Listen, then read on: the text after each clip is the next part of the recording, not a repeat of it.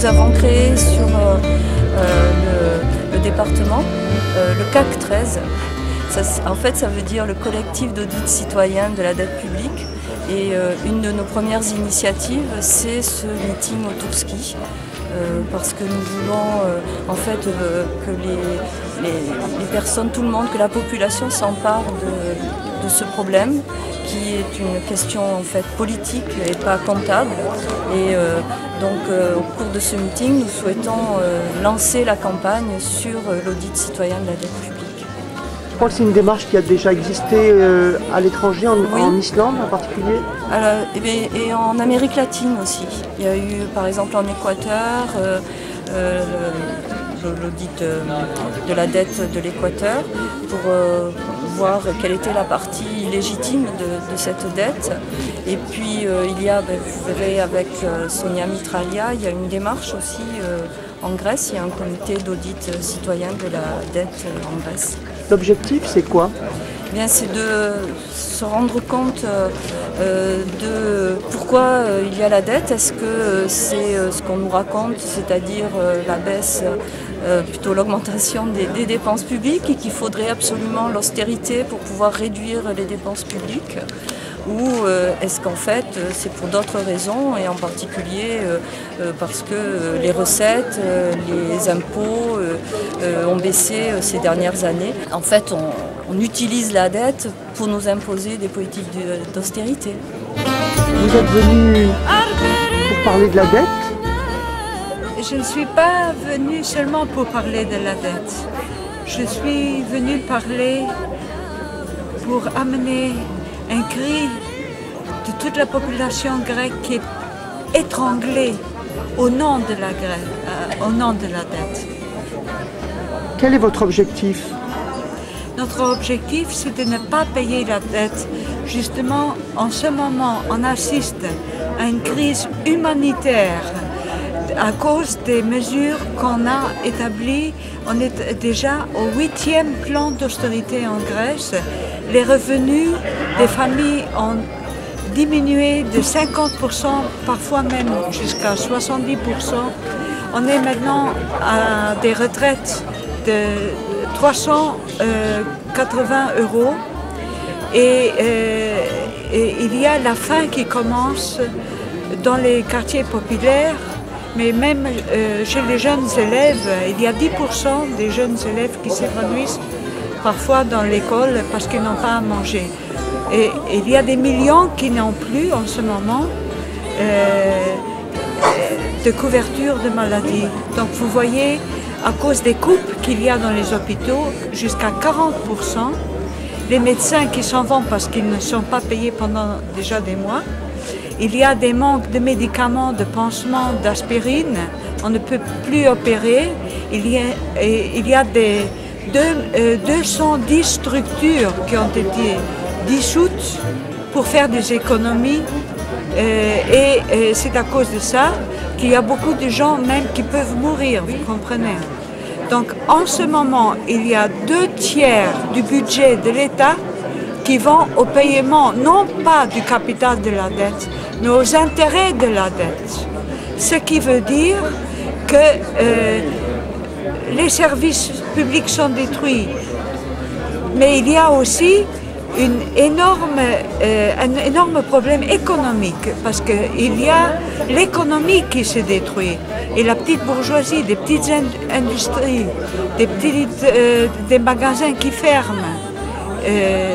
Donc vous voyez que ce n'est pas une solution de payer la dette et les mesures d'austérité.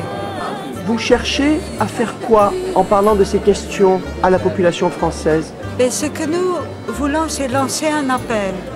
C'est que les Français comprennent, mais tous les peuples européens comprennent, que le cas grec est un cas test, que nous sommes un cobaye, qu'en ce moment la Grèce est un laboratoire pour détruire tous les acquis sociaux et que demain ce seront tous les peuples d'Europe qui seront touchés et que toutes ces mesures qu'on est en train d'étrangler le peuple grec va être aussi, disons, le destin des peuples européens. Le cas grec n'est pas un cas isolé. qu'au fait, on est en train de faire un test. Et ce que nous voulons, c'est la solidarité. La solidarité, la solidarité, encore une fois la solidarité. C'est seulement ensemble qu'on pourra affronter ces mesures d'austérité qui ne sont pas vraiment le destin pour l'Europe que nous voulons construire. Aujourd'hui, il y a eu un choix qui a été fait, et puis ça s'est accéléré même, disons-le clairement, avec l'arrivée de Sarkozy au pouvoir, notamment avec la loi TEPA en 2007, où le gouvernement va faire le choix et l'Assemblée de se priver de recettes, avec la loi qui porte un nom qui désigne exactement l'inverse de ce qu'a été véritablement, puisque cette loi s'appelait Travail, Emploi, Pouvoir d'achat, et dont on pense aujourd'hui qu'à minima déjà, elle a coûté 10 milliards d'euros par an, ne serait-ce que la taxe professionnelle par exemple, 3 milliards d'euros la TVA dans la restauration, etc. Donc on se prive de recettes, et la même année en 2007, 2 mois après, M. Fillon, Premier ministre, déclare que l'État est en faillite. Alors si l'État est en faillite, en effet, on a des soucis à se faire, arrive la crise dite des subprimes, et là, l'État est en capacité de sortir 360 milliards d'euros de cautionnement, 40 milliards d'euros de cash et 320 milliards d'euros de cautionnement auprès des banques. Et là, donc, on va avoir un saut, entre guillemets, qualitatif, en tout cas de différentes natures de la dette, puisqu'on va avoir un pic de dette qui va augmenter, et c'est ni plus ni moins que le transfert de la dette privée sur la dette publique. Est-ce que vous êtes ici en tant que citoyen ou est-ce qu'il y a une position de la CGT sur ces questions et quelle est-elle? Évidemment, il y a une position de la CGT sur cette question, puisque le syndicalisme aujourd'hui s'intéresse à ce qui se passe dans l'entreprise, mais aussi hors de l'entreprise. Les salariés, les privés d'emploi, les retraités subissent de plein fouet les choix gouvernementaux qui sont faits aujourd'hui. On a des propositions à mettre en avant. Ce n'est pas spécialement ce que je ferai aujourd'hui lors du meeting, puisque j'exposerai davantage les grands enjeux, puisqu'on s'intègre complètement dans le dispositif collectif du CAC 13, du collectif pour un audit citoyen. Mais oui, on a des propositions qui ont trait notamment à des conditions qui sont indispensables pour qu'on ait des ressources suffisantes pour la nation et pour la population, qui sont le niveau d'emploi, le niveau de chômage, le niveau des salaires, mais aussi doter l'État d'un outil public, d'un pôle financier public, à même lui justement d'être le banquier, de répondre aux besoins des institutions, des partenaires, des collectivités locales concernant le financement. Ça éviterait assurément d'éviter la gabegie qu'on a connue avec Dexia. On parle d'audit. Quel est l'objectif exactement? On parle d'audit, peut-être aurions-nous parler d'états généraux. L'idée, c'est que derrière la dette en soi, ce n'est pas une calamité. On peut s'endetter pour enrichir un patrimoine. On peut s'endetter sur plusieurs années pour des investissements d'infrastructures. Le problème, c'est dans la partie de la dette, et notamment les titres pourris, dont ont été victimes les collectivités locales, les hôpitaux, toute cette partie-là de la dette, est-ce qu'elle est légitime ou pas? Est-ce qu'on s'endette à un moment donné pour prévoir d'enrichir le patrimoine et de combattre les inégalités et d'apporter un mieux à l'ensemble de la population, ou est-ce qu'on doit s'endetter et payer des impôts pour payer des intérêts à des créanciers? C'est là qu'est le débat, et la nécessité de l'audit, c'est de dire oui, il y a une partie de la dette qui est certainement légitime, celle qui permet d'investir pour l'avenir. Non, il y a une partie de la dette qui ne l'est pas, celle qui consiste à verser des taux d'intérêt usuraires à des créanciers qui sont disséminés, d'ailleurs qui sont les détenteurs de la dette. Et un peu de monde aujourd'hui peut nous dire qui est vraiment détenteur de la dette. Puisque donc ça se passe ensuite sur les places boursières avec donc tous ces produits dérivés, les swaps, les CDS, etc. où chacun a revendu à d'autres, espérant y compris que certains fassent faillite pour que leurs intérêts augmentent. Une fois qu'on a distingué la part illégitime, vous pensez qu'il ne faut pas rembourser ces créanciers? Tout à fait. Voilà, clairement. On rembourse ce qui est légitime, ce qui ne l'est pas ne doit pas l'être. Sinon, c'est piller les peuples, et c'est aujourd'hui d'ailleurs ce qui arrive à la Grèce et aux Grecs en particulier, parce que c'est pas tant la Grèce, c'est aux Grecs en particulier, qui peut arriver aux Portugais, aux Espagnols, aux Italiens, aux Irlandais. Et d'ailleurs, nombre de pays qui étaient donnés en exemple à un moment donné, grâce à l'ultralibéralisme, ils avaient réussi donc à avoir des taux de croissance phénoménaux. Le fait est qu'aujourd'hui, ils sont vraiment au bord du gouffre. Et ce n'est pas... C'est à aucun salarié, aucun travailleur pour la CGT en Europe ou ailleurs dans le monde à payer pour les capitalistes. Merci. Je vous en prie. Votre nom est Damien Millet. C'est ça. Quel est votre point de vue sur la question de la dette? Nous, on travaille au comité pour l'annulation de la dette du tiers-monde depuis 20 ans sur la dette des pays du Sud. Et donc on a une expérience sur ce point-là. Et on sait que le clivage, il n'est pas entre le Nord et le Sud. Le clivage, il est entre ceux qui profitent de l'endettement et ceux qui subissent l'endettement. Et on voit que cet ajustement structurel, cette austérité, cette rigueur qu'on a répandue dans le Sud depuis maintenant 30 ans, eh bien elle arrive maintenant au Nord. Quelles sont les actions que vous suggérez? La meilleure des actions, c'est l'audit. C'est-à-dire, dans le cadre de ce collectif qui vient de se créer et qui s'essaime dans tout le territoire et qui est très prometteur, créer un audit national des finances, de la dette, un audit local également, parce qu'on sait qu'il y a beaucoup de collectivités locales qui sont touchées par des emprunts toxiques qui vont créer des ravages dans les années à venir au niveau des collectivités locales, des hôpitaux et des offices HLM. Et je crois que cet audit va permettre de trier parmi cette dette la part qui est légitime pour revendiquer fermement son annulation et pouvoir ensuite construire autre chose, une autre logique, une autre politique. Donc pour nous, il y a le triple A des banques, il y a le triple A des agences de notation, il y a le triple A de l'austérité, austérité, austérité qu'on nous vend actuellement. On veut lui opposer notre triple A, l'audit, l'annulation et une autre politique.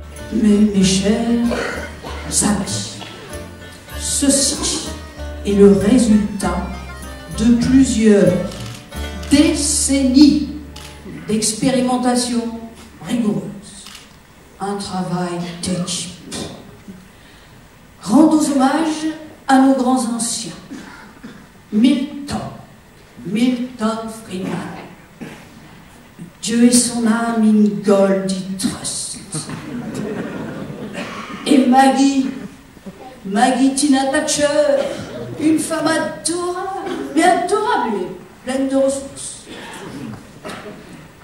Les fameux labos du FMI et leurs expérimentations africaines. Les chercheurs de l'Union européenne. Ah, Maastricht. Ah, Lisbonne, souvenez-vous. Que de belles avancées. Je vous demande une pensée toute particulière pour nos chers traders spéculateurs qui travaillent dans l'ombre avec beaucoup d'abnégation. Et enfin, mention spéciale à nos deux duettistes, Angela, Nicolas Mercosi, pour l'ensemble de leur œuvre. Une anecdote en passant. Moi, je l'appelle par un petit prénom, Odette. Faut dire que j'y mettais du cœur, un peu comme un spéculateur, pour mon Odette. Et depuis que j'avais 8 ans, j'avais fait en les parcourant tous les chemins d'investissement pour mon Odette. Je me disais, j'arriverai demain à cette dette. Oui, je sais. C'est mon côté sentimental. On peut être financier et avoir un cœur. Je la considère un peu comme mon bébé. 3 ingrédients principaux. Nous avons procédé à une réduction d'impôts des plus riches. Très réduit. Que nous avons incorporé un macérat de produits toxiques. 3e élément important, de l'emprunt. Beaucoup d'emprunts. Mais pas n'importe quel emprunt. Du bon. Pas de l'emprunt à prix discount, bradé par une quelconque Banque de France ou une BCE.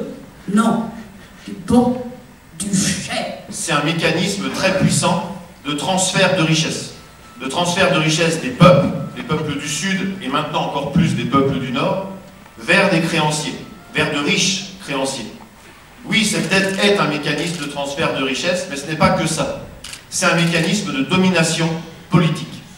Et si on veut trouver une solution à la dette, il ne faut surtout pas envisager que des solutions financières, mais il faut bien entendu des solutions politiques, globales, collectives. Et c'est ça qu'on essaye de mettre en place, bien entendu, aujourd'hui. La dette est devenue très importante. Et elle est très importante à hauteur de la domination qu'elle représente. Ce n'est pas un hasard. Je vais donner juste quelques chiffres. Mais je suis prof de maths, c'est un peu une déformation professionnelle, mais je pense qu'il est important de situer. La dette de la Grèce, avant l'éventuel effacement d'une partie de cette dette, c'est 350 milliards d'euros. Voilà la dette publique de la Grèce. La dette de la France, c'est 1700 milliards d'euros. La dette publique des États-Unis a franchi le 15 novembre 2011 la barre fatidique des 15 000 milliards de dollars, c'est-à-dire plus de 11 200 milliards d'euros. C'est un exercice intéressant de dessiner tous les zéros qui sont derrière.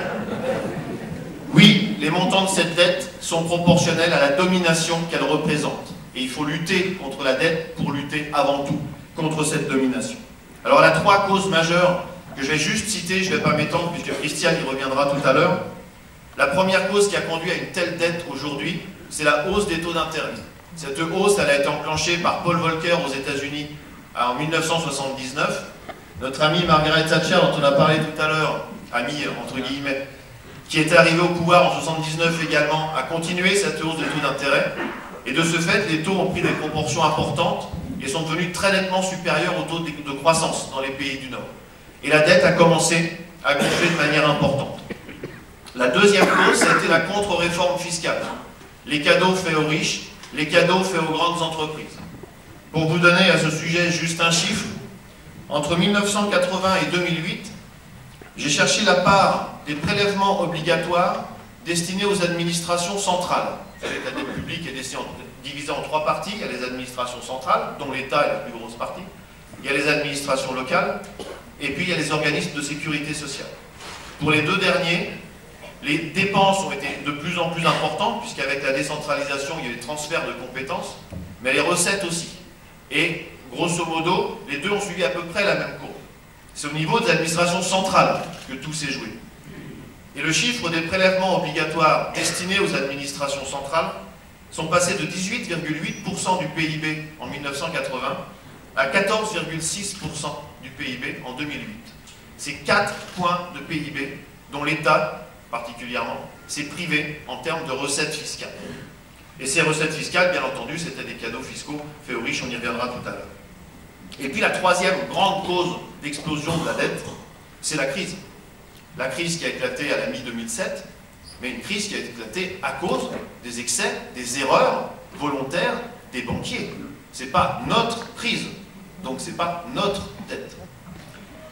Cette crise, elle a été aggravée effectivement par les plans d'aide qui ont été mis en place aux banques. Donc on est venu sauver les banques des pays surendettés par quelques plans de relance. Je ne vais pas aller très loin, hein.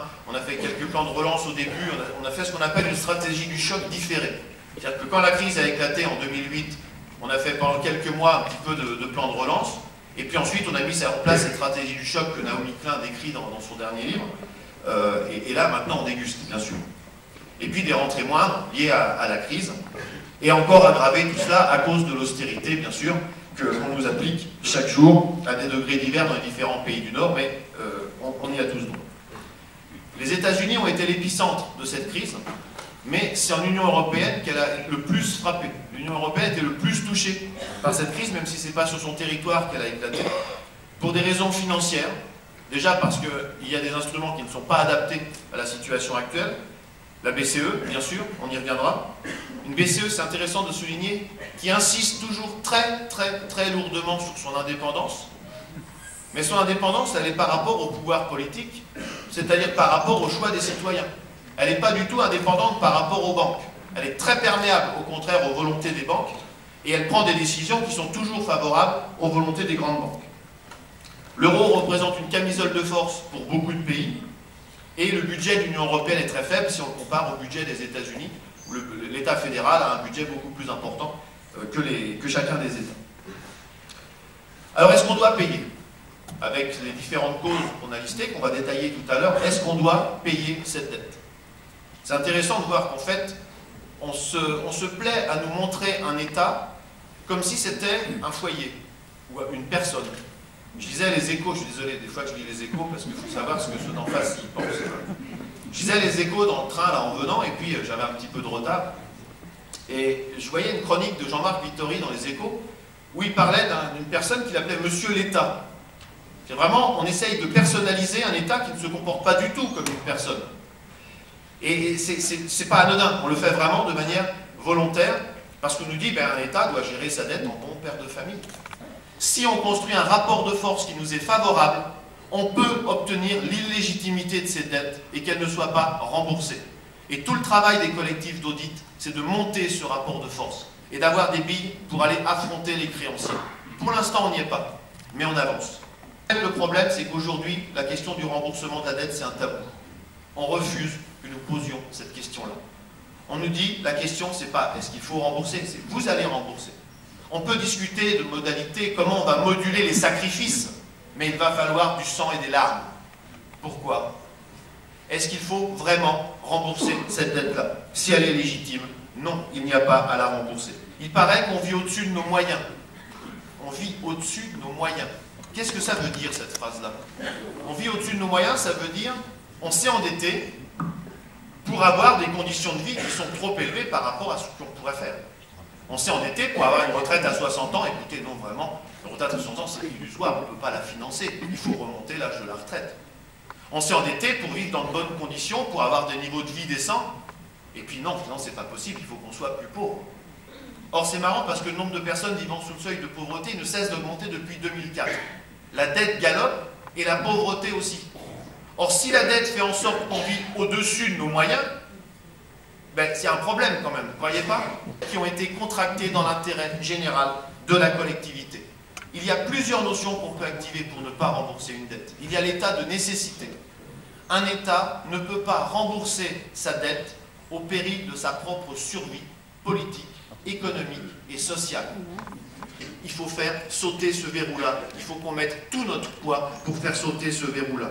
On ne vit pas au-dessus de nos moyens. Ce sont eux qui vivent au-dessus de leurs moyens. Nous, nos droits, ils sont bafoués tous les jours, en France, en Europe et ailleurs.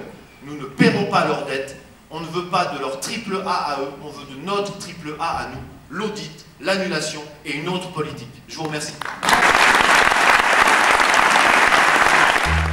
Content d'être avec vous et de partager nos règles et nos luttes parce qu'on a besoin, il faut tous parce que la Grèce, on fait des luttes déjà depuis 2 ans, et si on n'a pas votre appui, comment on va tenir?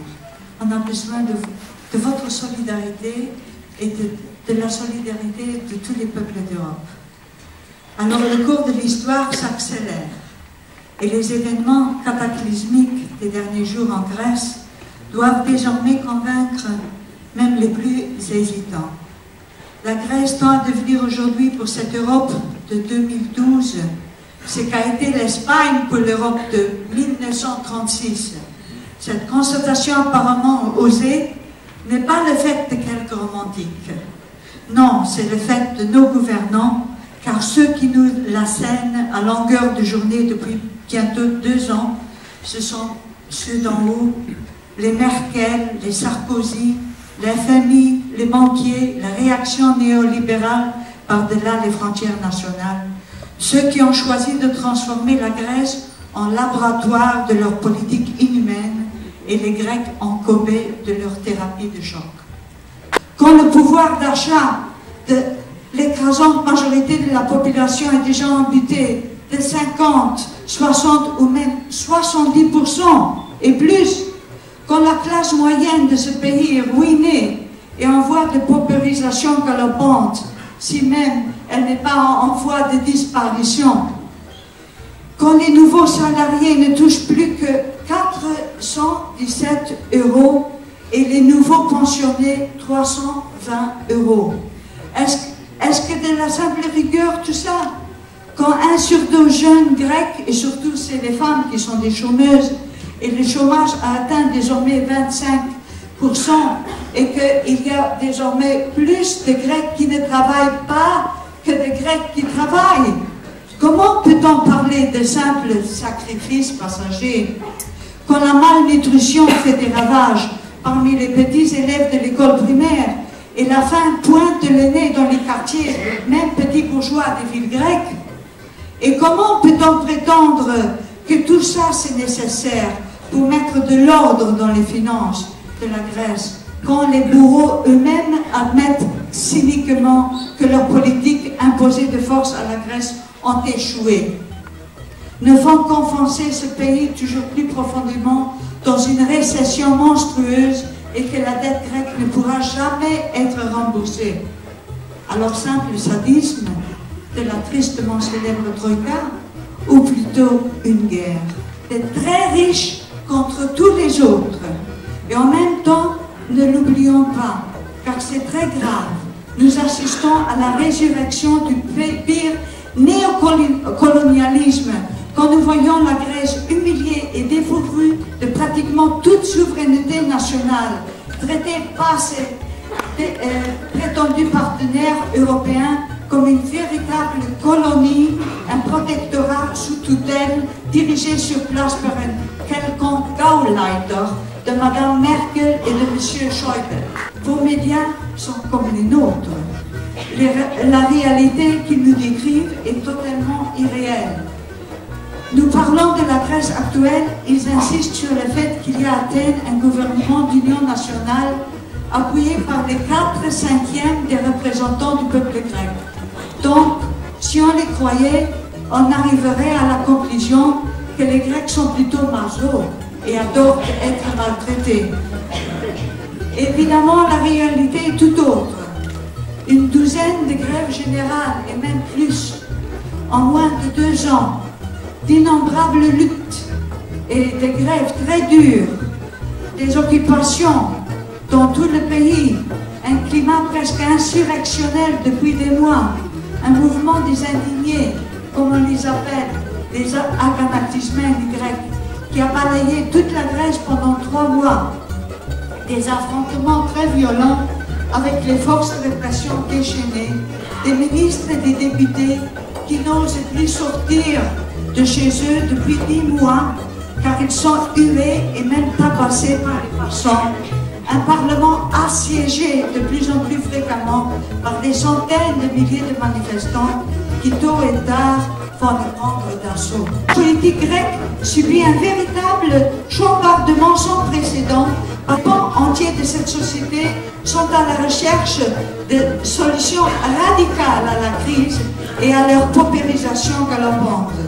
Vous voulez un exemple qui illustre parfaitement cette situation tout à fait exceptionnelle, qui ressemble de plus en plus avec ce qui se passait dans un certain entre-deux-guerres dans notre continent. Le PASOK, qui est l'appui populaire à ce gouvernement d'union nationale, ne dépasse plus les 8%. Tandis que l'ensemble des partis à gauche du PASOK, social-démocrate, font un score dépassant désormais les 50%.